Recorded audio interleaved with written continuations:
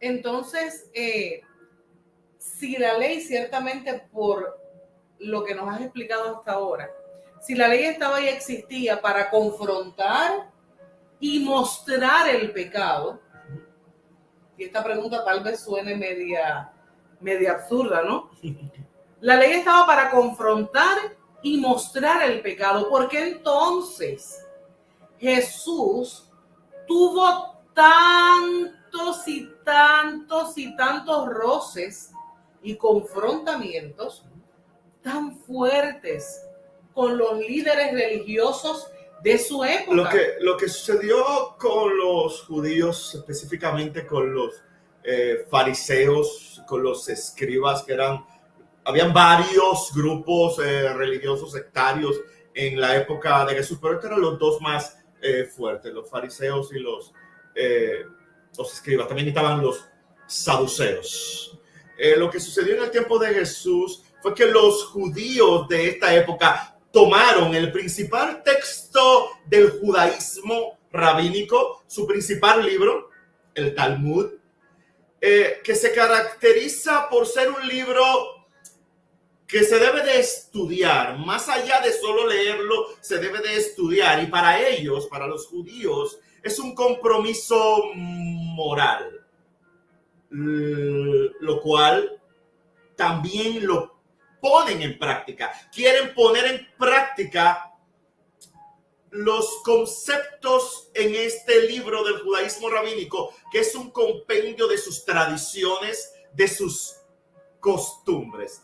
Este libro, el Talmud, funciona como una especie de código civil, religioso, moral para los judíos, en el que se debaten las tradiciones judías, las costumbres judías, por medio de historias y de parábolas. En la época del Nuevo Testamento, los líderes religiosos habían manipulado la ley de Dios, la ley mosaica, y le agregaron de sus propias reglas, de sus propias tradiciones provenientes del Talmud. Vamos a ver, por favor, juntos, esto en Marcos 7. Marcos 7, del 7 al 9. Y luego un poquito más adelante, el versículo 13 también. Vamos a ver a Jesús confrontando a los fariseos, a los escribas, a los religiosos moralistas de la época con relación a esto. Y Jesús le dice: este pueblo con labios me honra. Aquí está citando al profeta Isaías, Jesús. Pero su corazón está muy lejos de mí.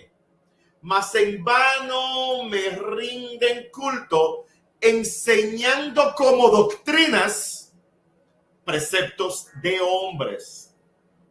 Continúa el 8 y dice: dejando el mandamiento de Dios, ustedes se aferran a la tradición de los hombres.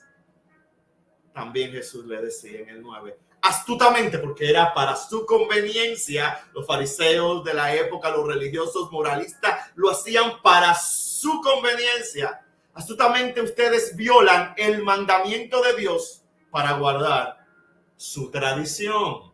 Esto trata el Talmud, de las tradiciones del pueblo judío. Y el 13, Jesús continúa diciendo en el versículo 13, invalidando así la palabra de Dios por la tradición de ustedes, la cual han transmitido de generación en generación, de padre a hijo, de abuelo a nieto, de abuelo a bisnieto. Iban transmitiendo las tradiciones y costumbres judías del Talmud y se las fueron agregando a la ley de Dios. O sea que ya no eran solo los 613 mandamientos de Dios en la ley dada a Moisés, en la Torá, en el Pentateuco, en los primeros 5 libros de la Biblia. Ya estos religiosos de la época habían cargado con más leyes, doctrinas de hombres, nada de Dios, y hacen muchas cosas semejantes a estas. Entonces, mientras que la ley en sí mismo era buena, por nuestro pecado era débil, ya que carecía del poder para cambiar el corazón de los pecadores. Esto lo podemos ver en Romanos capítulo 8. El cumplimiento de la ley, tal y como lo interpretaban los fariseos, los escribas, los saduceos de la época de Jesús, se había convertido, como acabamos de leer en el versículo 13, en una carga opresiva, en una carga agobiante para el pueblo de Dios. Jesús continúa y les dice en Lucas 11, en Lucas 11:46, Jesús le dice: hay también de ustedes, intérpretes de la ley, eso eran los fariseos, saduceos, escribas, porque cargan a los hombres con cargas difíciles de llevar, y ustedes ni siquiera tocan las cargas con uno de sus dedos. Hipocresía, moralismo, fanatismo religioso de apariencias. Le pregunta que por qué Jesús tuvo tanto conflicto con ellos. Por todo eso, en ese clima, en ese ambiente, es que Jesús viene, es que Jesús llega, que Jesús hace entrada, que su ministerio arranque en ese clima. Y era inevitable el conflicto con los hipócritas árbitros de la ley. Sin embargo, Jesús dijo: no penséis que vengo a abrogar la ley, o sea, a anularla, a abolirla, la ley o a los profetas. No he venido a abrogarla, no he venido a invalidarla, no he venido a cancelarla, sino he venido para cumplir la ley. Esto lo vemos Jesús diciéndolo en Mateo capítulo 5. La ley no era mala, servía como un espejo para revelar la condición del corazón de la persona. Pablo nos lo dice en Romanos. Y en el Evangelio de Juan 1:17, Jesús nos dice: pues la ley por medio de Moisés fue dada, pero la gracia y la verdad vinieron por medio de Jesucristo. Amén. Jesús encarnó perfectamente el equilibrio entre gracia y ley.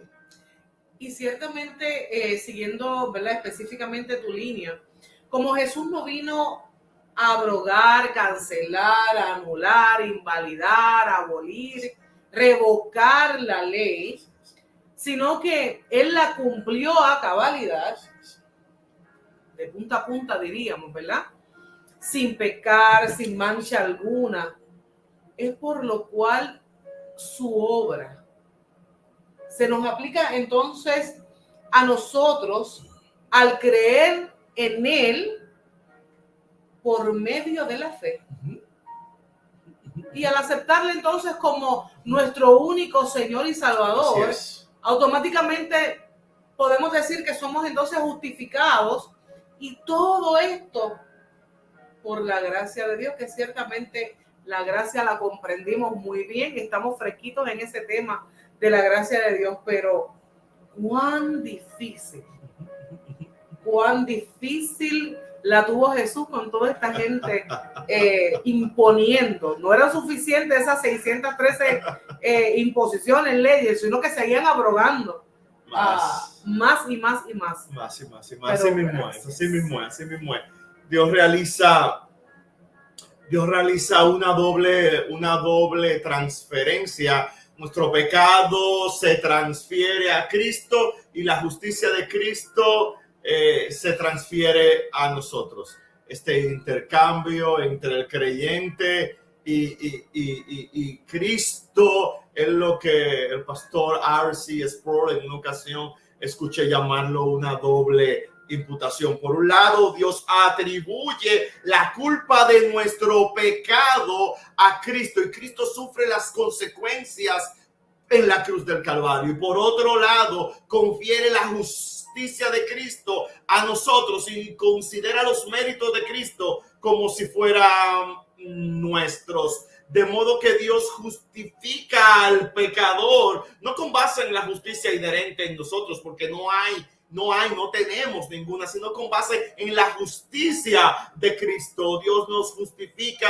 a todos los pecadores, no por lo que hacemos, sino por lo que Cristo Jesús ya hizo. Jesús vivió la vida que tú y yo no podemos vivir y tomó la muerte que a ti y a mí nos correspondía. Desde el segundo uno en que nació en Belén, vivió para morir.